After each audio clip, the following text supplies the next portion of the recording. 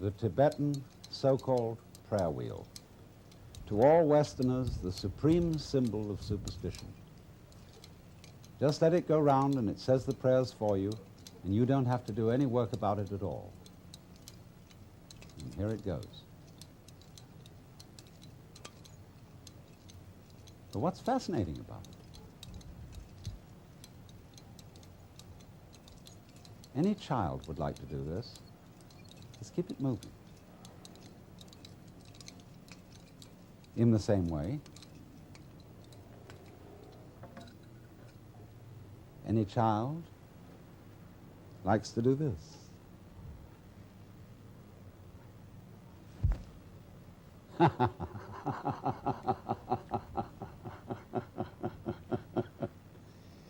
Swing it around. It's curious. It doesn't form a perfect circle because you have to make your hand go whoop, whoop, whoop, whoop, whoop.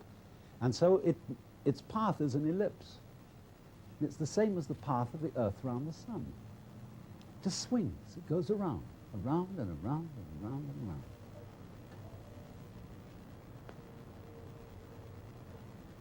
An orange on the end of a string. What's the fascination of it? Why does one like to do this and just keep it up? You know, I'm sort of stuck with it right now, and I can hardly let go of it. You know, I'm supposed to go on with this program, but I'm so fascinated with spinning this orange on the end of a string that I don't know if I'm going to make it. Why do we like to do that? We'll play music, we'll dance, and we'll do other things like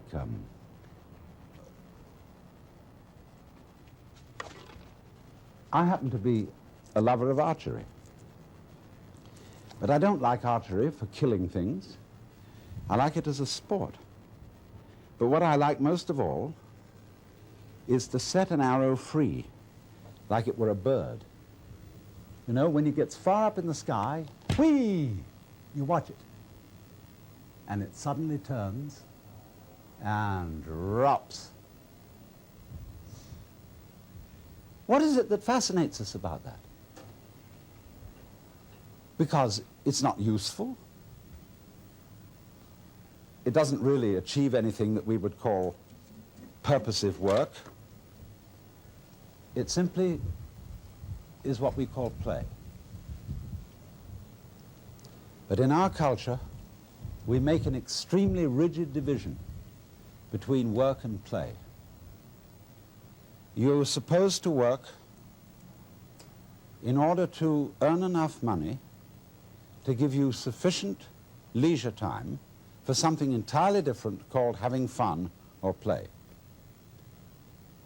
And this is the most ridiculous division of things, because everything that we do, however tough it is, however strenuous, can be turned into the same kind of play as I was showing you when I was completely fascinated with spinning that orange around my head. Let's, for example, take the situation that I ran into a little while ago. I was in the New York subway at 59th Street near Columbus Circle, and I wanted to get my shoes shined. Actually, I don't wear shoes except when I'm on the East Coast, because there one dresses respectably, and on the West Coast I wear Indian moccasins because it's the only comfortable shoe I can wear. But on the East Coast, you know, you wear an ordinary shoe. So I went to get my shoes shined, and here was this black fellow who was making shoe shining a real art. He got his cloth, you know, which you spread out like this, and was going over my shoe.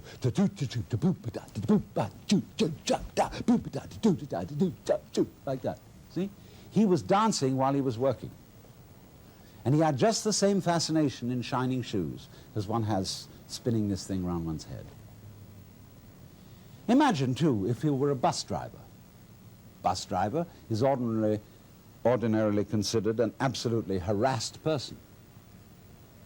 He's got to watch out for all the laws, all the competing traffic, the cops, the people coming on board giving their fares, and he has to give them change. And if he has it in his head that this is work, it will be hell. But let's suppose he has a different thing in his head. Supposing he has the idea that moving this enormous conveyance through complicated traffic is a very, very subtle game. And he has the same feeling about it that you might have if you were playing the guitar or dancing. And so he goes through that traffic, avoiding this and avoiding that and taking a fare like this, and he makes some music of the whole thing.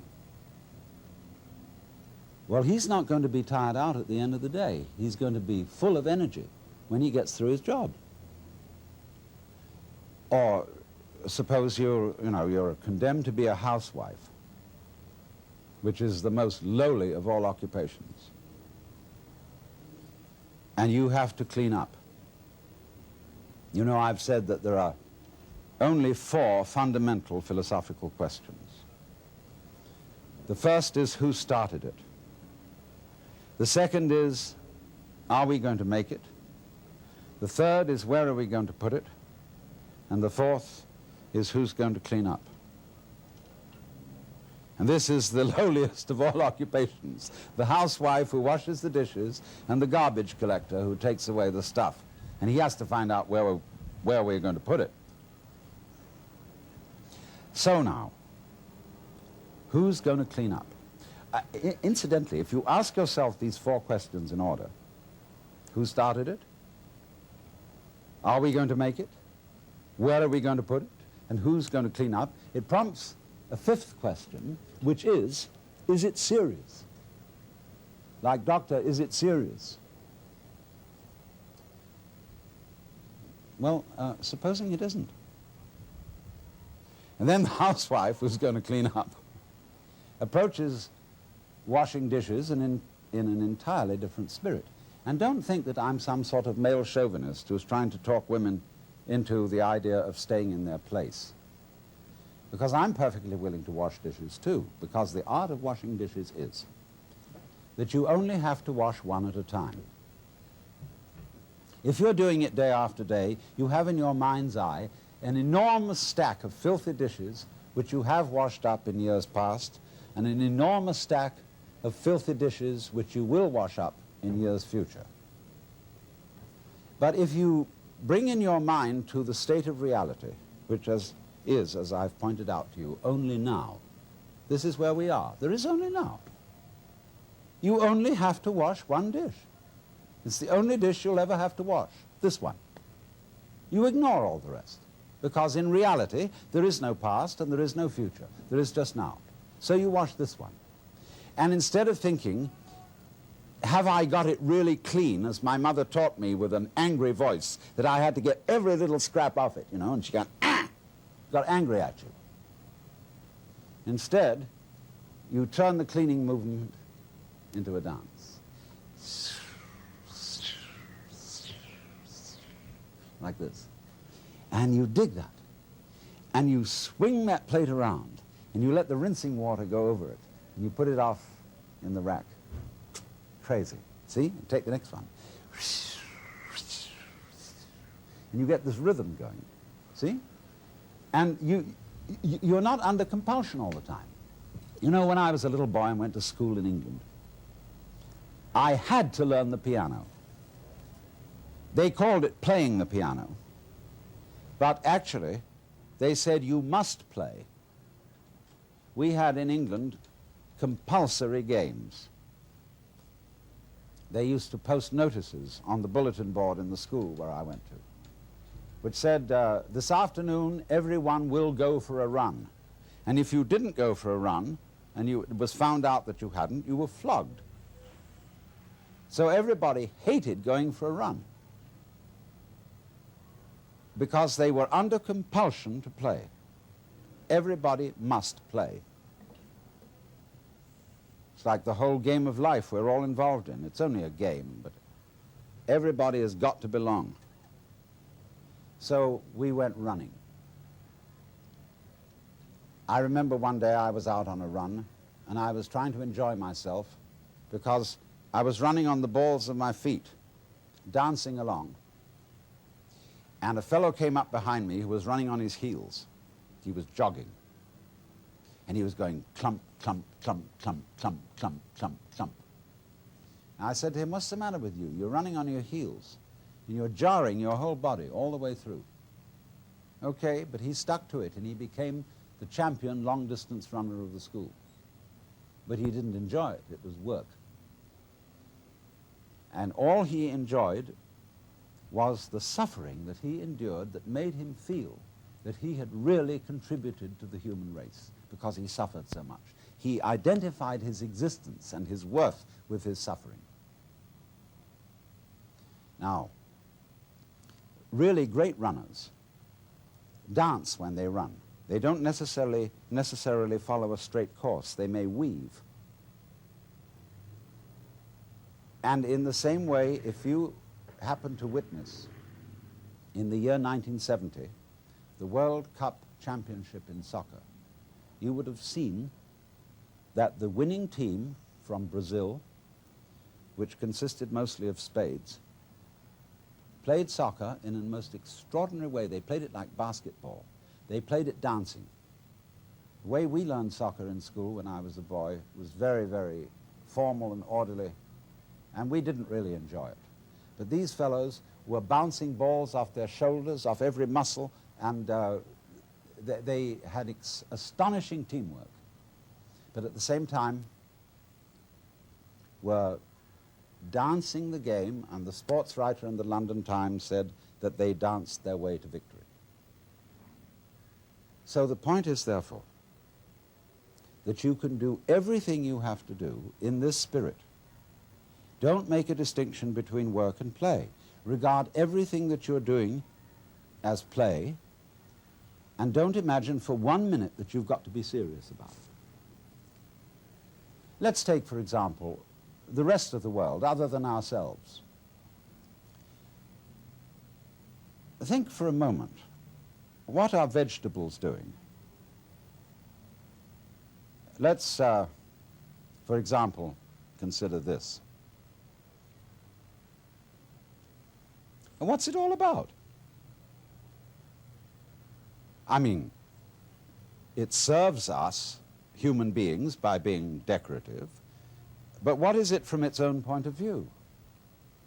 See, because here is this stalk, and all these leaves come out, ka-ching, ka-ching, ka-ching, ka-ching, ka-ching, ka-ching, all the way to the stalk, then whoops, it goes into this. And then it goes into flowers in the end, you see, and they go kitty, kitty, kitty, kitty, kitty, kitty, kitty, kitty, all around. But I look at the thing, and it's like a symphony.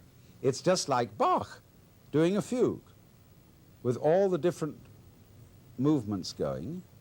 And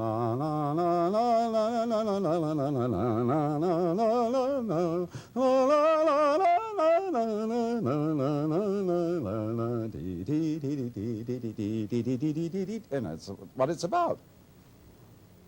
Well, you say, it's using up air, it's using up energy, it's really not doing anything except being ornamental. And yet here's the whole vegetable world.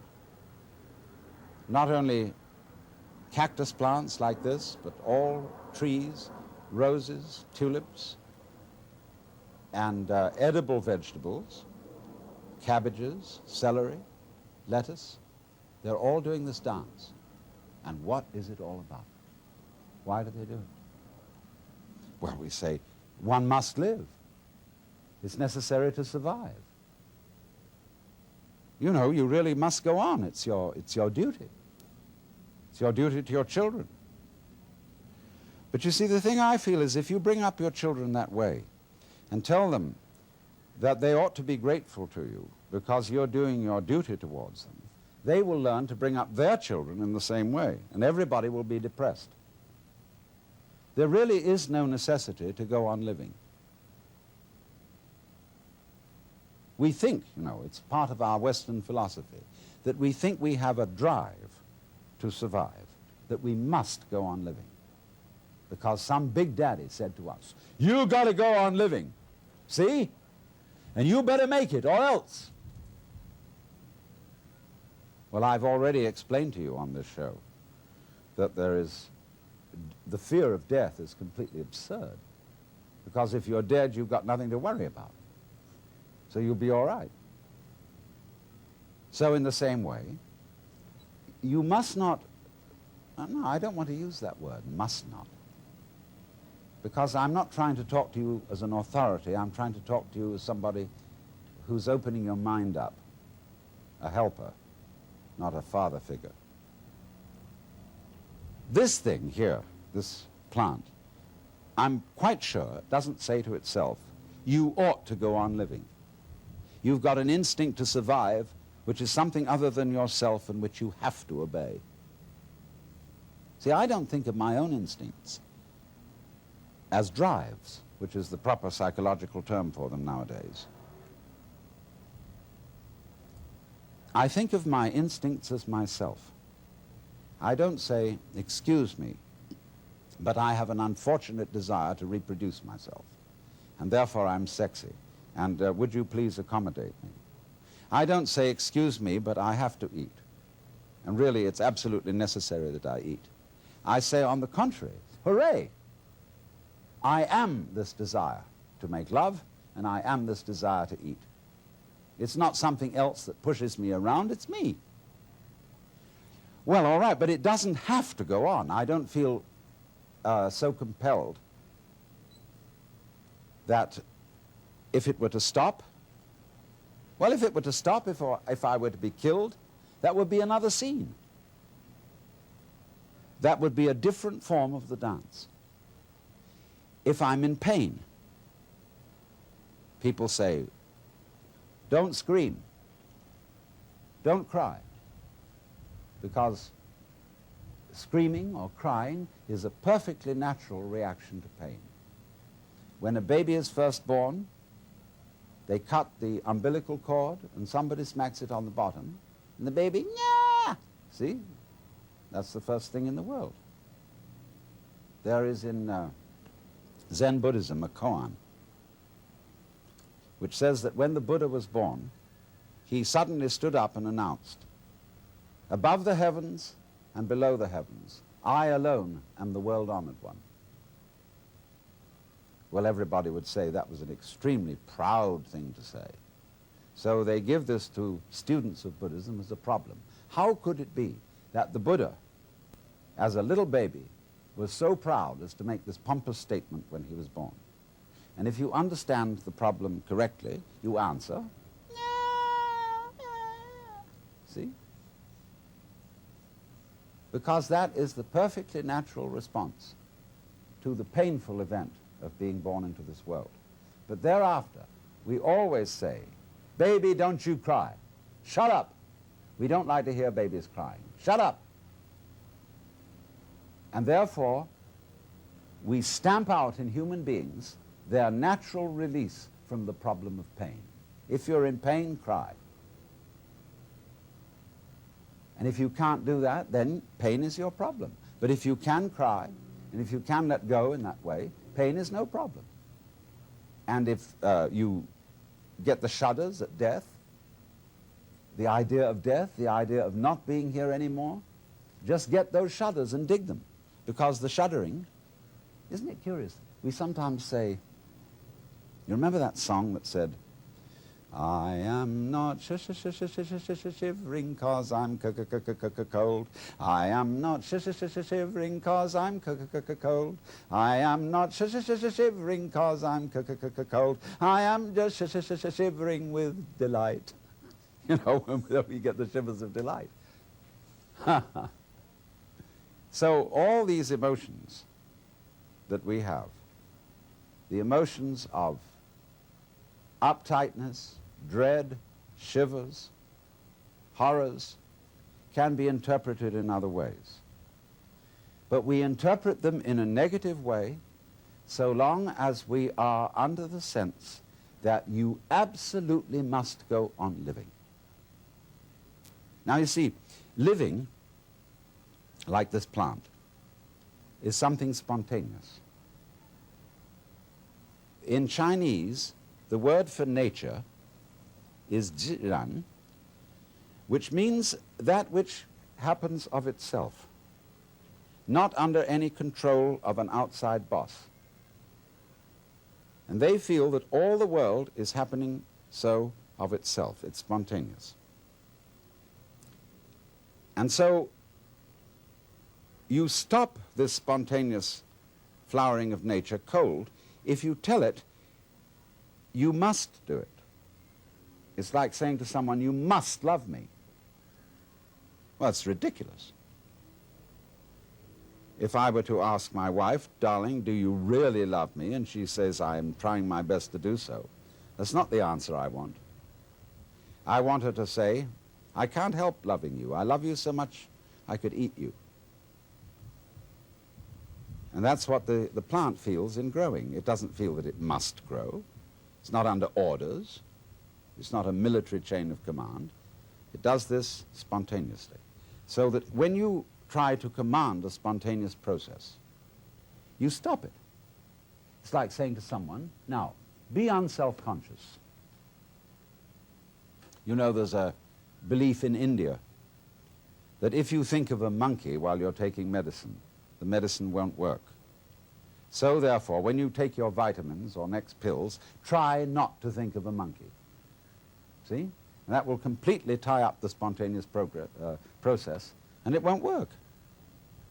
So all the things that we say to our children, like, well, you must have a bowel movement every day after breakfast. Try, darling, to go to sleep. Stop pouting. Take that look off your face. Oh, you're blushing. Make you feel guilty about blushing. See? All those things are attempts to say this one thing. Darling, little child, you are required to do what will be acceptable only if you do it voluntarily. And everybody on this account is completely mixed up, because we are trying to force genuine behavior. We all admire artists when we say they're unself-conscious. They seem so natural. They seem to dance or paint or talk or play the piano so effortlessly. Of course, a lot of work has gone into it. But if you are a great artist, your so-called periods of practice, when you sit for hours and study your technique on the piano, you will not do that effectively unless it is a pleasure for you.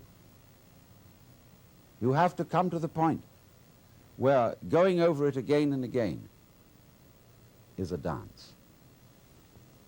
One of my friends is a great Hindu musician who has the most extraordinary technique in playing an instrument called the sarod. It's like an extremely sophisticated Hindu guitar. His name is Ali Akbar Khan, and he's generally acknowledged to be the leading master of Northern Indian music. He told me once that the comprehension of music is in understanding one note. The meaning of that is he can sit for hours and hours working on this, but there really is only one note at a time. And he gets into that note and listens. He really listens. Gets into the sound. And it simply doesn't matter that it takes a long time, that he'll have to do this for many hours, because he's completely absorbed in listening to the sound he is now making. He's going with that vibration, as when you might chant, you see, like they do in yoga.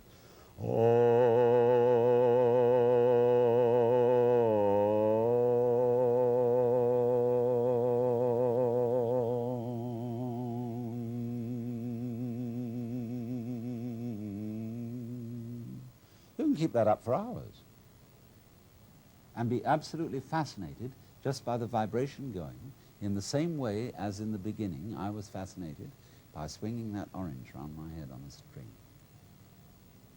Now what is this? See, this is the real secret of life.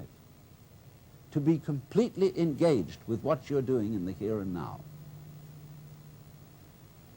And instead of calling it work, realize that this is play. In Hindu philosophy, the whole creation is regarded as the Vishnu Leela. That means the play of Vishnu. Leela means dance or play, and from it we get our word lilt. They also, in Hindu philosophy, call the world an illusion. And in Latin, the root of the word illusion is ludere, to play. Because all this going on, the swinging of the ball, the pattern in which the flower goes, is just to swing. And if you take it seriously and say, are you doing anything useful? Useful for what? Useful to go on. But if you take that attitude to going on becomes a drag. Survival becomes a sweat, and it's not worth it. And if you teach your children, and they'll imitate you, they'll treat survival as a sweat which they have to undergo, they have to keep going on, and they'll teach their children to do it, and the whole continuation of the human race will be a drag, which is in fact what it's become because of this attitude, and this is the reason why we've invented the atomic bomb and are preparing to commit suicide. Because we think we must happen. And to the degree that we think we must happen, we hate it. And are going to bring it to an end and stop it. So I was about to say seriously, but I'm going to change my words and say sincerely suggest. You know, I'm not, in talking to you, I'm not preaching. I'm not actually serious, because I'm really with this rather than any kind of deep philosophy and so on. So I suggest to you sincerely. G.K. Chesterton once said that the angels fly because they take themselves lightly. How much more so then he, she who is Lord of the angels? Huh. The whole world is 3 for a penny, 3 for a pound, 'tis love that makes the world go round, or in the words of Dante. But my own wings were not for such a flight, except that, smiting through the mind of me, there came fulfillment in a flash of light, that my volition now and my desires were moved like wheel revolving evenly by love that moves the sun and starry fire.